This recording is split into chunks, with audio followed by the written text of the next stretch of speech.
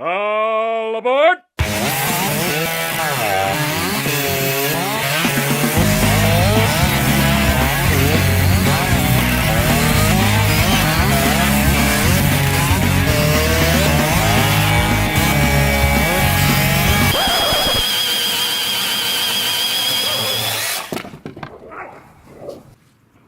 Hello and welcome to another episode of the Woodsman Wack-off, the series that puts two woodsmen face to face to see which competitor can whack off their log the fastest.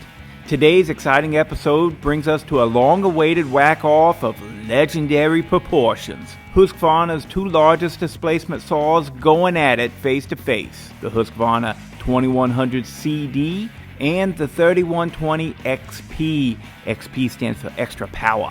I really don't have any idea what CD stands for. First up, let's bring out the 2100 CD. This here saw was first introduced in the late 70s and was produced until the late 80s.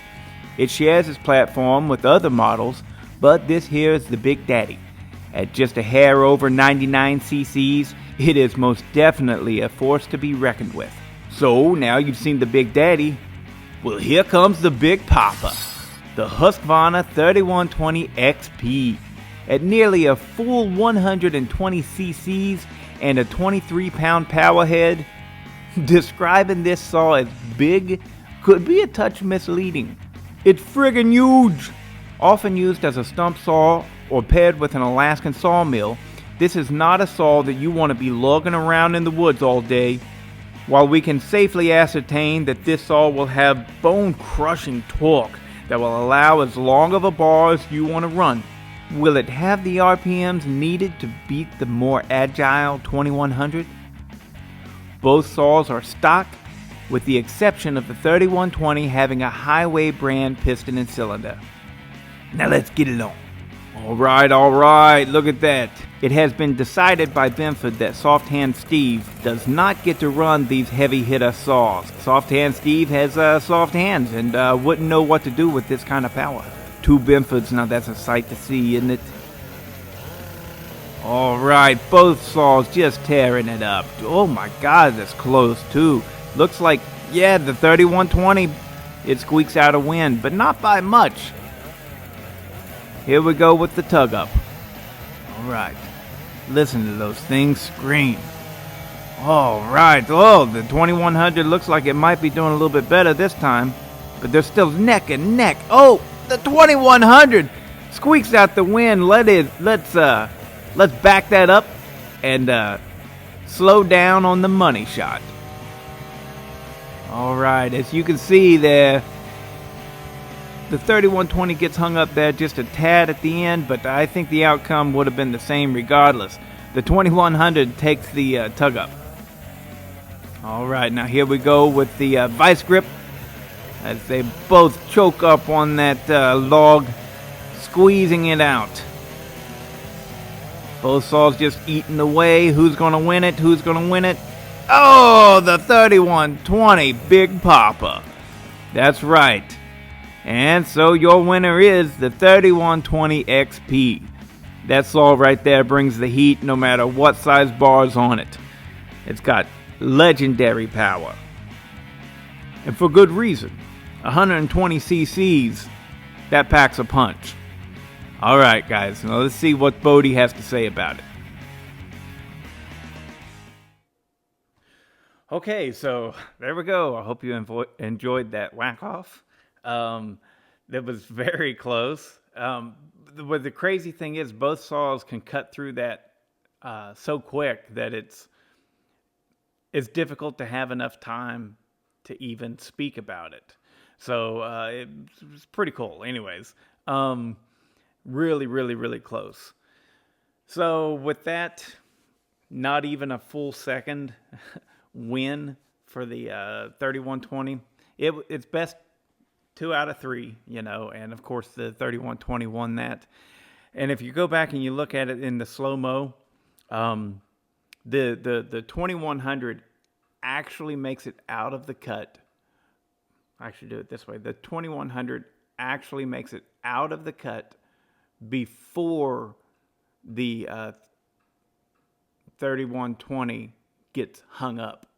So even though, I mean, it's just a millisecond of a difference, you know, that caused. But yeah, the 3120 did get hung up a little bit. However, the 2100 still would have won that.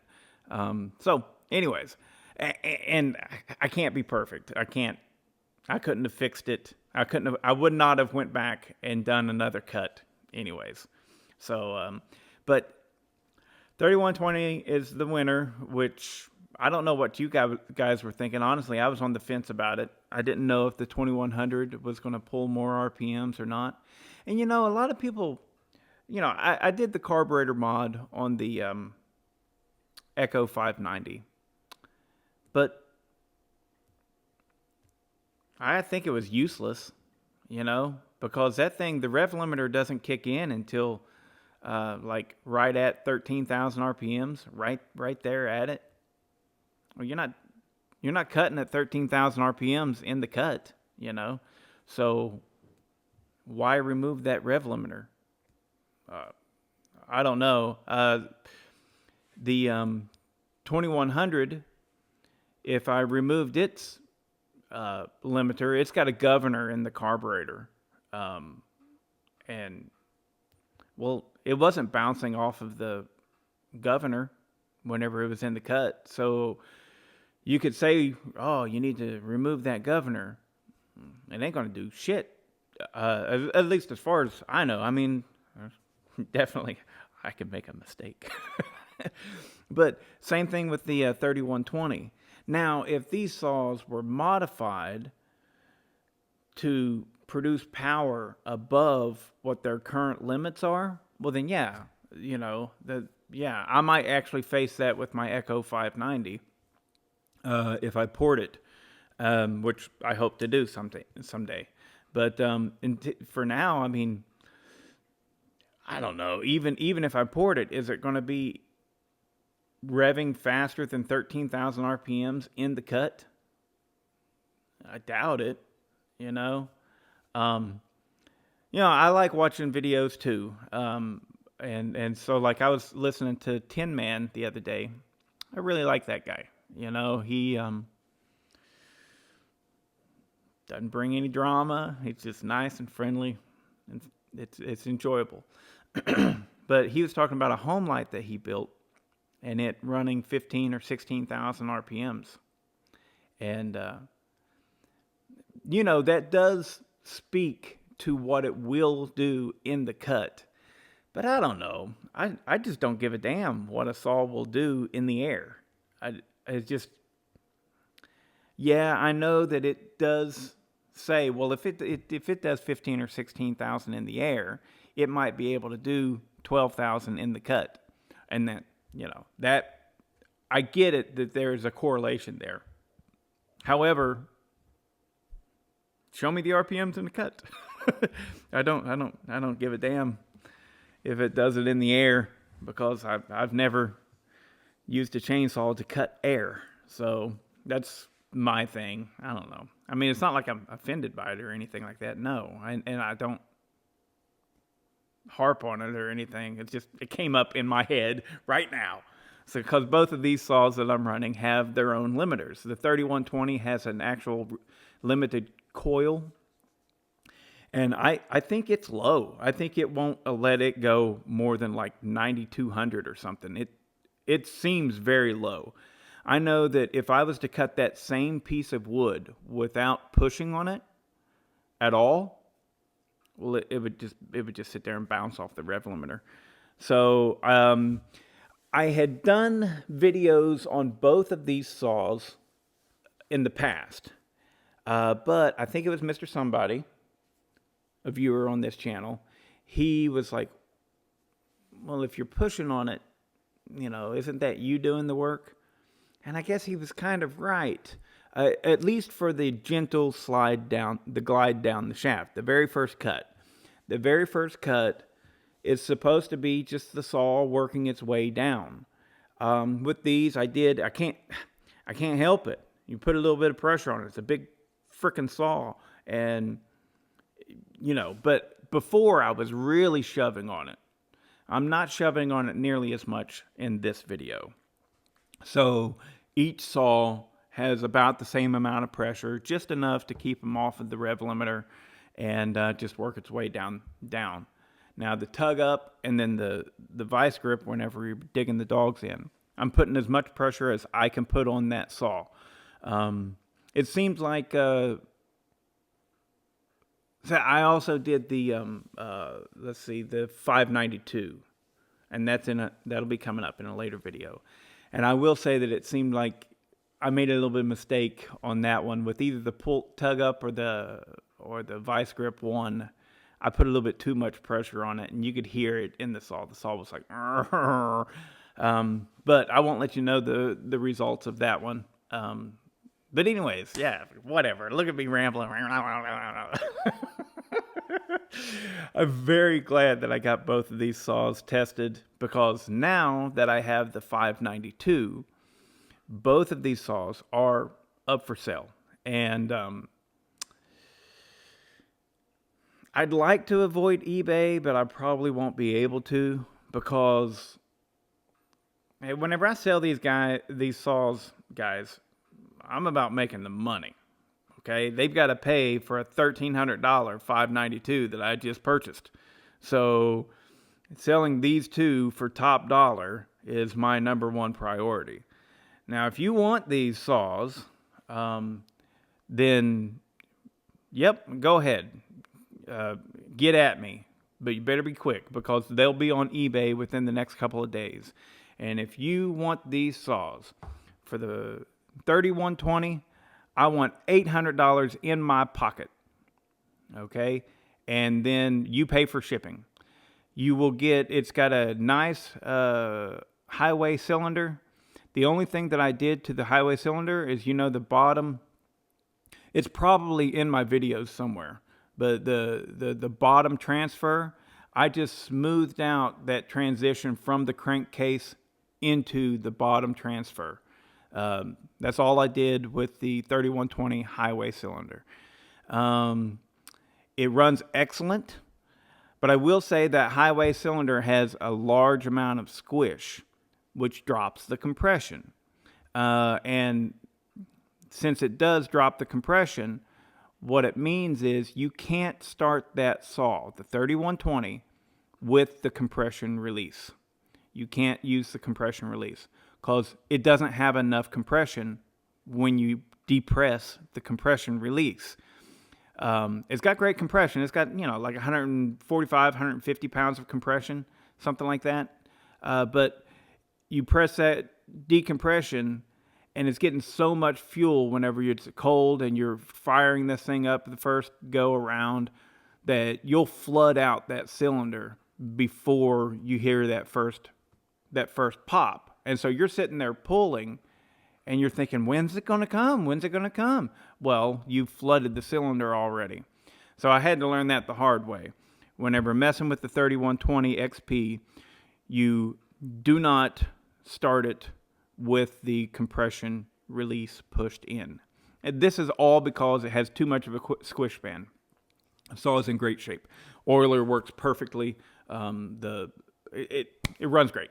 I've had it pulling a 44-inch bar while milling.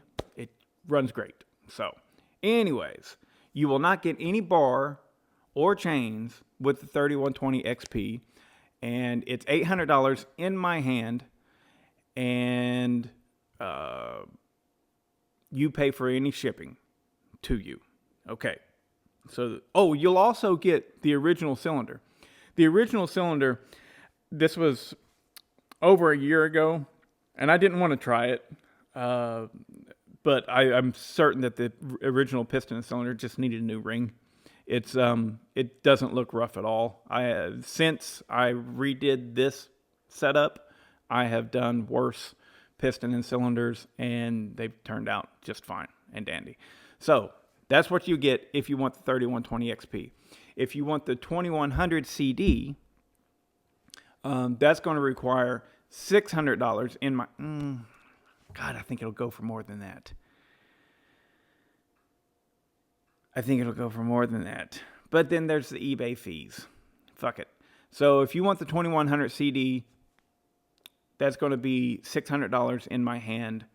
No bar and chain to go with it. And you pay for shipping, whatever that costs. The only thing that it's got wrong with it, that piston and cylinder is pristine and it has compression for days. I rebuilt the carburetor, new intake gaskets all throughout. I took it completely apart and I cleaned up the piston with Scotch-Brite pads. There was a little bit of scoring on the piston on the exhaust side, but I mean, nothing. I'm being too honest here. It was pristine. It was so nice. I cleaned it up, cleaned out the ring grooves really well. It's got two thin rings. I put the rings back on there, and it's got great compression. The cylinder is perfect. Oh, it's also got brand new main seals, crank seals on the 2100. So there you go. If you want either one of these saws, they're both great running saws. You just saw them at work. I can run either one of them for extended periods of time. They don't develop an air leak or there's no mystery or anything like that. The 2100, the manual oiler is not working. So there's a little O-ring, I believe, down towards the bottom. It should be an easy replacement. I knew that I was not going to be milling with this saw. I knew that I wasn't going to be running a huge bar. So the automatic oiler was just fine and dandy by me. It was working just fine. And I was like, I also knew that I was going to sell it. So I didn't. That's what you'll have to deal with. On the 3120, it has a little bit too much of a squish band, leading to a situation to where you should not use the compression release. It's still got tons of compression. That thing is hard as hell to pull over. And the 2100, everything is great aside from the manual oiler isn't oiling. So you'll need to look into that. 800 for the 3120, 600 for the 2100. You pay for shipping.